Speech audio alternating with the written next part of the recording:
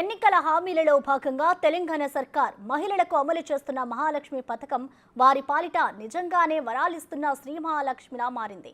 కాంగ్రెస్ ప్రభుత్వం అధికారంలోకి వచ్చిన 4 నెలల కాలంలోనే వారికి 1000 కోట్ల రూపాయలు ఆదా అయ్యేలా చేసిందంటే ఈ పథకం ఎంత ప్రభావితమైనదో అర్థమవుతోంది. ఈ పథకం ద్వారా అర్హులైన మహిళలకు నెలకు 2500 రూపాయల ఆర్థిక సహాయం, 500 రూపాయల విలువ గల గ్యాస్ సిలిండర్, రాష్ట్ర వ్యాప్తంగా ఆర్టీసీలో ఉచిత ప్రయాణ సౌకర్యాలను అందిస్తోంది. ప్రజా పాలనకు దరఖాస్తు చేసుకున్న తెల్ల రేషన్ కార్డుదారులకు మాత్రమే ఈ పథకాన్ని ప్రభుత్వం వర్తింపచేస్తోంది.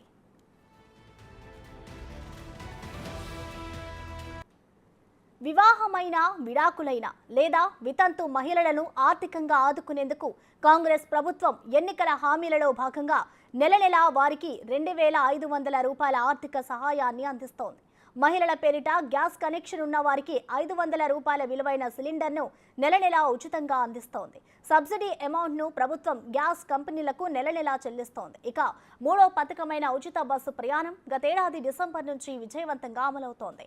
తెలంగాణ మహిళల నుంచి ఈ పథకానికి విశేష ఆదరణ లభిస్తోంది. ఈ పథకం అమలు కోసం ఆర్టీసీకి ప్రభుత్వం ప్రతి నెల 300 కోట్లను చెల్లిస్తోంది.